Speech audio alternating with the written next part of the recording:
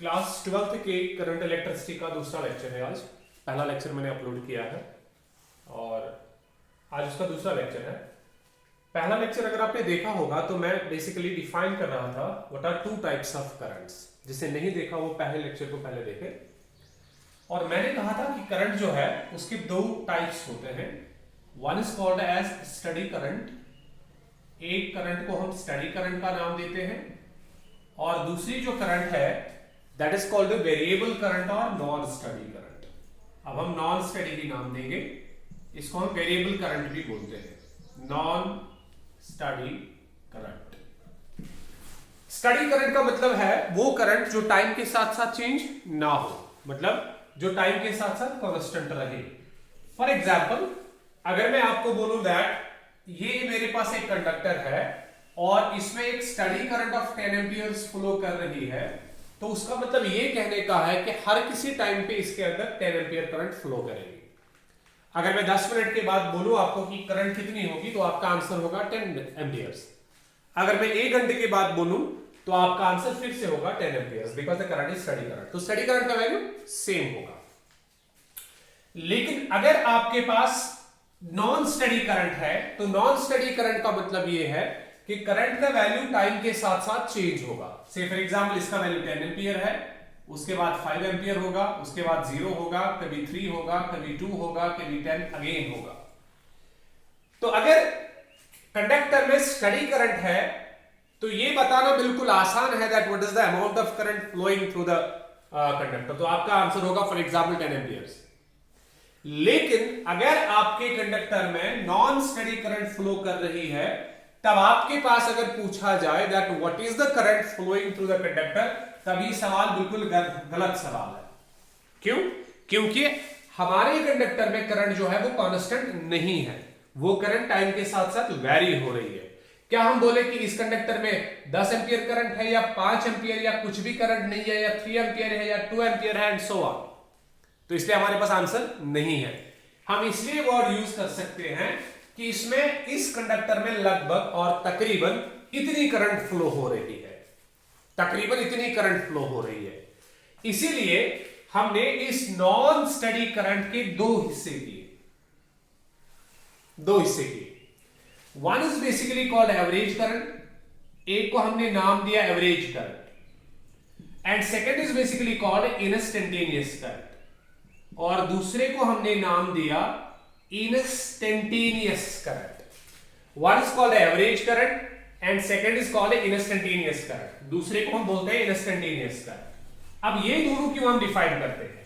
तो ये दोनों हम तब डिफाइन करेंगे जब हमारे पास एक कंडक्टर में नॉन स्टडी करंट फ्लो करेगी, तब हम ये दो वर्ड्स का यूज करेंगे, एक एवरेज करंट और दूसरा इंस्टेंटेनियस करंट। तो एवरेज करंट और इंस्टेंटेनियस करंट क्यों? आपके कंडक्टर में एक नॉन स्टडी करंट फ्लो कर रही है, वेरिएबल करंट फ्लो कर रही है, जिसका वैल्यू टाइम के साथ साथ कांस्टेंट नहीं है, और आपसे पूछा गया that what is the current in the circuit, circuit में कितनी करंट है और कंडक्टर में कितनी करंट है, तो आपके पास एक ही आंसर नहीं होगा, आपके पास बहुत सारे आंसर्स होंगे। तो आप बोलोगे सर हम एक पर्टिकुलर आंसर नहीं दे सकते क्योंकि हमारे पास इस करंट के वेरिएबल वैल्यूज है, बहुत सारे वैल्यूज है, इसलिए हमने यूज किया what is called the word average current. तो अगर आपको इस कंडक्टर के अंदर बताना है that what is the total current flowing through the conductor, इस कंडक्टर में टोटल करंट कितनी फ्लो कर रही है, तब आप उस टोटल करंट के बदले में एवरेज करंट का यूज करोगे। कैसे लिखोगे एवरेज करंट? एवरेज करंट हम लिखेंगे what is the total charge which passes through the conductor, एक कंडक्टर के थ्रू कितना चार्ज पास हुआ और उसको कितना टाइम लगा पास होने में। Delta Q is the total charge flowing through the conductor और crossing the conductor, and delta T is the total time taken by the charge to cross the conductor. Total charge कितना flow किया divide by total time, इसको कितना लगा, वहां पे जो current मिलेगी वो एवरेज करंट कहलाएगी, और वो एवरेज करंट तब डिफाइन होगी जब आपके पास बेटा नॉन स्टडी करंट होगी। तो आपके पास अगर स्टडी करंट है तो कोई मसला नहीं है, जो भी करंट फ्लो कर रही है ये हमेशा सेम वैल्यू की होगी। लेकिन अगर आपके पास नॉन स्टडी करंट है तो आप इस नॉन स्टडी करंट को दो हिस्सों में बांटते हो, one is called as average current and second is called as instantaneous current. Average current का मतलब ये है, अगर हमें एवरेज करंट कैलकुलेट करनी होगी तो हम देखेंगे कि इस कंडक्टर के थ्रू, जिस कंडक्टर के थ्रू एवरेज करंट पास हो रही है, इस कंडक्टर के थ्रू कितना टोटल चार्ज पास कर रहा है और कितने टाइम में पास कर रहा है, वो delta Q upon delta T हमें आई एवरेज देगा, यानी कि एवरेज करंट। अब आपको बताया गया, फॉर एग्जांपल कंडक्टर जो है, आपने इस कंडक्टर में 10 बजे करंट स्टार्ट की है, 10 AM इस कंडक्टर में, और 10 AM आपने देखा कि इसके अंदर करंट 10 है, 10 एम्पियर है। उसके बाद 10 बजकर फॉर एग्जांपल 1 मिनट पे आपने देखा, 10 बजकर 2 सेकंड पे या 2 मिनट पे आपने देखा।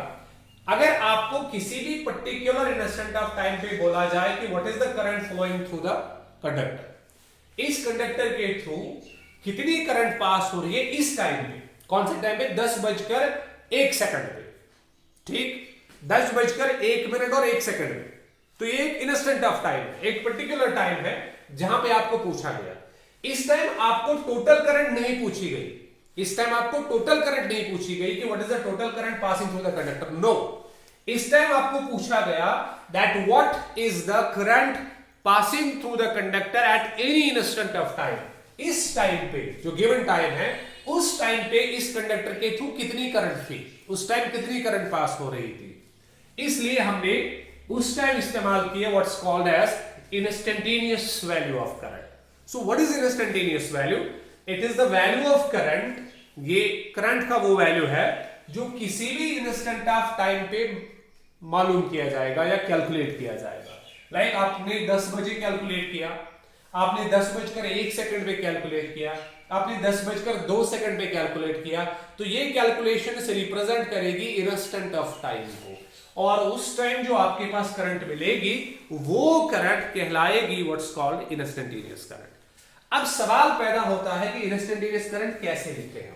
देखो, एक इंपॉर्टेंट कॉन्सेप्ट क्या है, जब आपको एवरेज करंट का वैल्यू पूछा जाएगा, जब आपको एवरेज करंट का वैल्यू पूछा जाएगा, तब आप सारे कंडक्टर को कंसिडर कर रहे हो। मैंने भी बोला कि इस कंडक्टर के थ्रू कितनी एवरेज करंट पास हो रही है, ठीक, इस कंडक्टर के थ्रू कितनी एवरेज करंट पास हो रही है।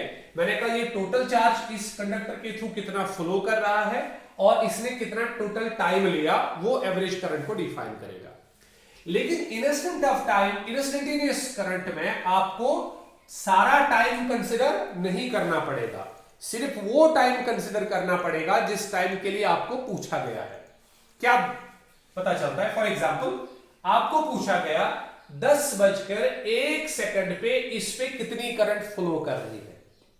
सो 10 बजकर 1 सेकंड पे आपको बताना है, 10 बजकर 2 सेकंड पे अलग वैल्यू होगा, 10 बजकर 1 सेकंड पे अलग वैल्यू होगा, क्योंकि वेरिएबल करंट है, ठीक है। 10 बजकर 1 सेकंड पे अलग वैल्यू है, 10 बजकर 2 सेकंड पे अलग वैल्यू है। तो आपको बोला गया 10 बजकर 1 सेकंड के लिए मुझे करंट का वैल्यू बताओ। क्या ये 10 बजकर 1 सेकंड जो है ये स्मॉल इंटरवल ऑफ टाइम है? Yes, this is a very small interval of time. आपको पूछा गया for very short interval of time, जिसको हम इंस्टेंटेनियस टाइम बोलते हैं, इंस्टेंट ऑफ टाइम बोलते हैं, for very short interval of time, इस 1 सेकंड में, इस 1 सेकंड में, 10 बजकर 1 सेकंड में, न कि 10 बजकर 2 सेकंड में। 10 बजकर 2 सेकंड पे अलग इंस्टेंटेनियस वैल्यू होगा। अगर आपको पूछा गया 10 बजकर 1 सेकंड पे कितनी करंट पास हो रही है, तो आप बता रहे हो दैट हम उस शॉर्ट इंटरवल ऑफ टाइम के लिए कैलकुलेट कर रहे हैं करंट का वैल्यू, और उस करंट के वैल्यू को हम इंस्टेंटेनियस करंट का नाम देंगे। याद रहे, what is the difference between average current and instantaneous current. Average value of current जब भी आप कैलकुलेट करना चाहोगे फॉर एग्जांपल, तब आपके पास टाइम इंटरवल बड़ा होगा, लेकिन जब आप इंस्टेंट ऑफ टाइम की बात करोगे तब ये इंटरवल ऑफ टाइम बहुत छोटा होगा, इतना छोटा होगा कि आप इसको चूज कर सकते हो that this time interval is approximately equal to 0। ये टाइम इंटरवल अप्रोक्सीमेटली 0 के बराबर है। इसलिए उस वक्त अगर मैं इस टाइम इंटरवल पे एक कंडीशन लगाऊं कि ये टाइम इंटरवल बहुत छोटा है, हमें करंट को कैलकुलेट करना है, लेकिन छोटे से इंटरवल ऑफ टाइम के लिए। इसके लिए देखो हमें करंट कैलकुलेट करनी है ए से लेके बी तक, तो ये एवरेज करंट होगी। लेकिन हमें करंट कैलकुलेट करनी है यहां पे कितनी करंट है instant, this instant of time पे, तभी इंस्टेंटेनियस वैल्यू को डिफाइन करेगा। ये एवरेज वैल्यू को डिफाइन करेगा, ये इंस्टेंटेनियस वैल्यू को डिफाइन करेगा। इसलिए मैंने कहा अगर मैं एवरेज वैल्यू ऑफ करंट में इस टाइम इंटरवल पे एक कंडीशन लगाऊं कि ये जो डेल्टा टी टाइम इंटरवल है ये टेंड करेगा 0 को, अगर मैं इस पे कंडीशन लगाऊं कि जो मैं टाइम इंटरवल अब चूज कर रहा हूं ये बड़ा नहीं है बल्कि ये बहुत छोटा है, कितना छोटा, that it tends to 0, then at that time I can say, अगर मैं लिमिट लगाऊं कि limit of delta T tends to 0, limit of delta T tends to 0, time interval छोटा है, फिर कैलकुलेट करूं करंट को delta Q by delta T, वो मुझे देगा IINS, instantaneous value of current. ये इंस्टेंटेनियस वैल्यू ऑफ करंट को डिफाइन करेगा, ये एवरेज वैल्यू ऑफ करंट को डिफाइन करेगा। तो एवरेज वैल्यू ऑफ करंट और इंस्टेंटेनियस वैल्यू ऑफ करंट में एक खास डिफरेंस होगी, दैट इसमें जो आप टाइम इंटरवल चूज करोगे वो बड़ा होगा, व्हाइल एज इंस्टेंटेनियस करंट में जो आप टाइम इंटरवल चूज करोगे वो बहुत छोटा होगा। इसीलिए हमने डिफाइन किया what is instantaneous value of current. It is the value of current measured eight any instant of time. एक छोटे से इंटरवल ऑफ टाइम के लिए अगर आप जानना चाहते हो कि एक कंडक्टर के अंदर कितनी करंट पास कर रही है, कौन सी करंट, स्टडी करंट की non study current, non study current कितनी पास कर रही है, तब आप इस इंस्टेंटेनियस वैल्यू का यूज कर सकते हो। लेकिन अगर आपको लार्ज टाइम इंटरवल के लिए बताना है दैट इज सारे कंडक्टर में कितनी एवरेज करंट पास हुई है, तब आप इसके एवरेज वैल्यू का यूज कर सकते हो। और दोनों वैल्यूज कब यूज होंगे, जब आपके पास नॉन स्टडी करंट का कॉन्सेप्ट होगा, जब आपके पास नॉन स्टडी करंट यूज होगी। तो अगर आप प्रॉपरली सोचो तो हमारे पास अभी तक पहले लेक्चर और दूसरे लेक्चर में हमने 3 रिलेशंस को कंबाइन किया है या जमा किया है। अभी तक करंट के 3 रिलेशंस हमारे पास है, या 4 रिलेशंस में बोलूंगा। एक I is equal to Q by T मैंने डिराइव की, जो मेरा पहला करंट का लेक्चर था। फिर मैंने इसमें क्वांटाइजेशन रूल लगाया, I is equal to Q के बदले NE लिखा था। अगर आपको पता नहीं है तो आप लेक्चर नंबर 1 करंट इलेक्ट्रिसिटी का देख सकते हो। I is equal to NE divided by T, ये Q is equal to NE मैंने यूज किया। और आज के लेक्चर में हमने यूज किया 2 values, average value of current जो delta Q upon delta T के बराबर होगा, और instantaneous value of current INST जो बराबर होगा limit of delta T tends to 0 delta Q upon delta T। और अगर आपको क्लास 11th याद होगा, जब हम limit of delta T tends to 0 लेते हैं तो इस डेल्टा को D से रिप्लेस किया जाता है। ये डेल्टा हम D से रिप्लेस करते हैं जब इसका लिमिटिंग वैल्यू आ जाता है, when delta T tends to 0, तो हम लिखते हैं फिर इंस्टेंटेनियस वैल्यू ऑफ करंट जो है ये dq अपॉन dt के बराबर होगा। कब, when limit of delta T tends to 0, when the time interval is very small, जब टाइम इंटरवल शॉर्ट होगा और हम इंस्टेंटेनियस वैल्यू ऑफ करंट को डिफाइन करेंगे, तब ये डेल्टा D में ऑटोमेटिकली कन्वर्ट होगा, dq अपॉन dt बनेगा।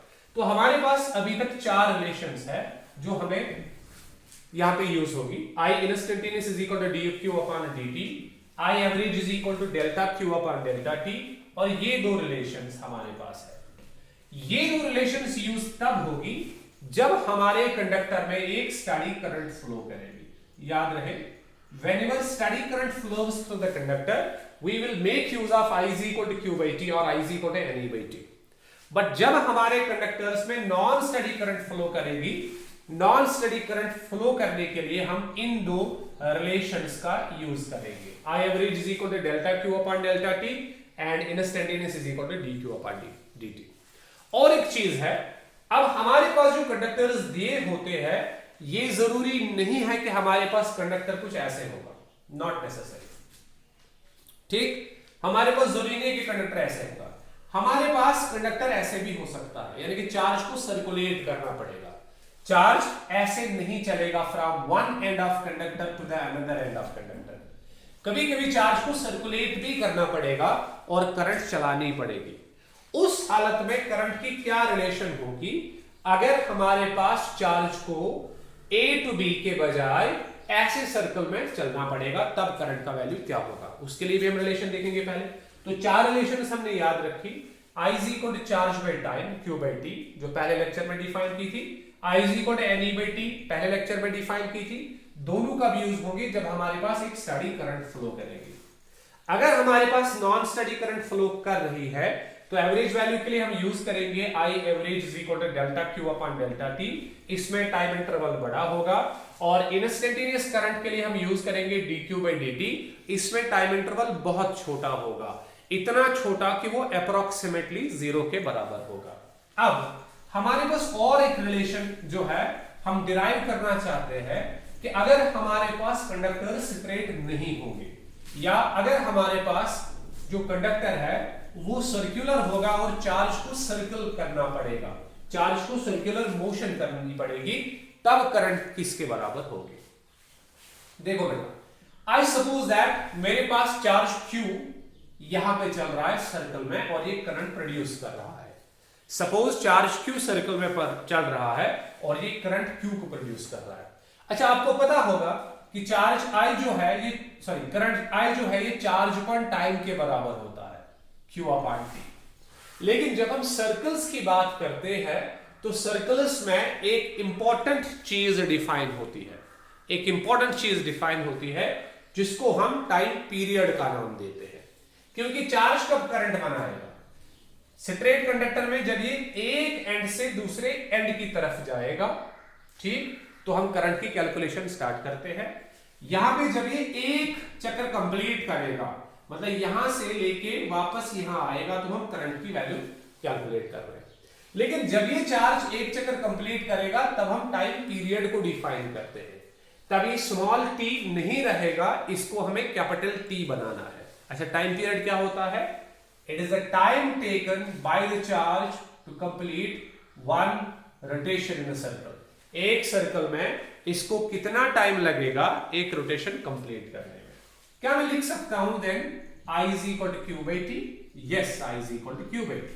ये T क्या है बेटा? ये टाइम पीरियड है, इसको कितना टाइम लगा। अच्छा, और एक चीज अगर आपको क्लास 11th याद होगा, क्लास 11th में हम एक इंपॉर्टेंट वेलोसिटी को डिफाइन करते हैं। जब बॉडीज सर्कुलर मोशन में होती है तो उनके साथ में एक इंपॉर्टेंट वेलोसिटी को डिफाइन किया जाता है जिसका नाम एंगुलर वेलोसिटी होता है। अगर आपको याद होगा, एंगुलर वेलोसिटी। और इस एंगुलर वेलोसिटी को हम ओमेगा से डिनोट करते हैं। आई होप दैट आप लोगों को ये पता होगा that angular velocity is denoted by omega. और आपको ये भी पता होगा कि ओमेगा जो है ये 2 पाई डिवाइडेड बाय t के बराबर होता है, कुछ ऐसे। ये basically angular displacement divided by time taken के बराबर होता है। एंगुलर डिस्प्लेसमेंट 2 पाई के बराबर होगी जब एक चक्कर कंप्लीट करेगी बॉडी। अगर किसी को पता नहीं है तो वो थोड़ा सा ध्यान रख सकता है। हम जब सर्कुलर मोशन में होते हैं तो हम सर्कुलर मोशन में ऐसे डिफाइन करते हैं, बॉडी A से गई B की तरफ, ये यहां A से B की तरफ गई और इसने यहां पे एंगल किया सबटेंड थीटा। तो इस थीटा को हम एंगुलर डिस्प्लेसमेंट का नाम देते हैं कि एक बॉडी सर्कल के सेंटर पे कितने डिग्री एंगल बनाएगी जब ये एक आर्क को सबटेंड करेगी। जब ये एक आर्क को सबटेंड करेगी, say for example A to B, ये कितने डिग्री एंगल सेंटर पे बनाएगी उसको हम एंगुलर डिस्प्लेसमेंट का नाम देते हैं। और एंगुलर वेलोसिटी क्या होती है? Angular displacement divide by time taken, मतलब theta divided by t define करेगा एंगुलर वेलोसिटी को, जिसको हम ओमेगा का नाम देते हैं, एंगुलर वेलोसिटी। लेकिन अगर इसी एंगुलर वेलोसिटी को एक कंप्लीट रोटेशन के लिए कैलकुलेट किया जाएगा, जरा देखो बेटा, अगर ये बॉडी A से स्टार्ट करेगी, फिर एक कंप्लीट रोटेशन कब ये करेगी? जब ये वापस A पे आएगी, तो ये A पे वापस आ रही है। ये इसने कितना टोटल एंगल बनाया? 360 डिग्री। तो क्या मैं कहूं कि omega is equal to angle इसने बनाया 2 पाई, ठीक, जब ये A से A तक वापस आ गए एक चक्कर कंप्लीट करने में। और जब इसने एक चक्कर कंप्लीट किया तब ये स्मॉल t कैपिटल T बनेगा, टाइम पीरियड जो मैं भी बता रहा था। इसीलिए हम ओमेगा की वैल्यू कैसे लिखते हैं? 2 पाई अपॉन t। तो एंगुलर वेलोसिटी ओमेगा जो है ये 2 पाई टी के बराबर होगा, 2 पाई टी के बराबर होगा। हम यहां पे टी की वैल्यू सब्स्टिट्यूट कर सकते हैं, ठीक। लेकिन इससे पहले कि मैं टी की वैल्यू सब्स्टिट्यूट करूं, मैं 11th क्लास का आपको सिखा रहा हूं, जब भी हमारे पास बॉडीज सर्कल में चलती है तो उनके साथ में एक वेलोसिटी एसोसिएट होती है जिसको हम एंगुलर वेलोसिटी का नाम देते हैं।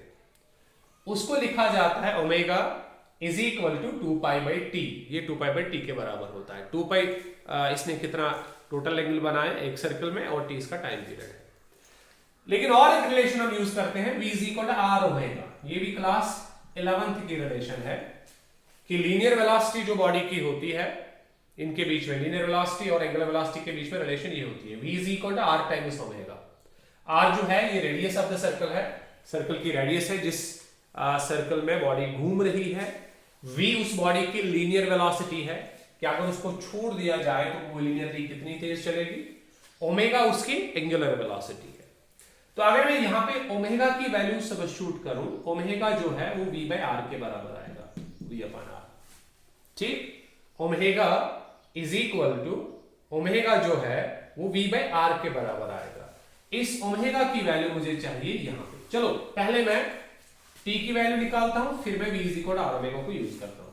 अच्छा, t is equal to, t मुझे मिलेगा 2 पाई अपनी जगह पे है और ये ओमेगा डिवाइड हो जाएगा। तो मैंने t की वैल्यू निकाली। तो कहां से निकाली? I is equal to q by t। मुझे t चाहिए। t के लिए मैंने एंगुलर वेलोसिटी डिफाइन किया omega, that's equal to 2 pi by t। t यहां गया तो ओमेगा नीचे आया, 2 पाई बाई ओमेगा। लेकिन मैं जानता हूं कि ओमेगा किसके बराबर है, तो 2 पाई अपॉन ओमेगा की वैल्यू मैं निकालूंगा।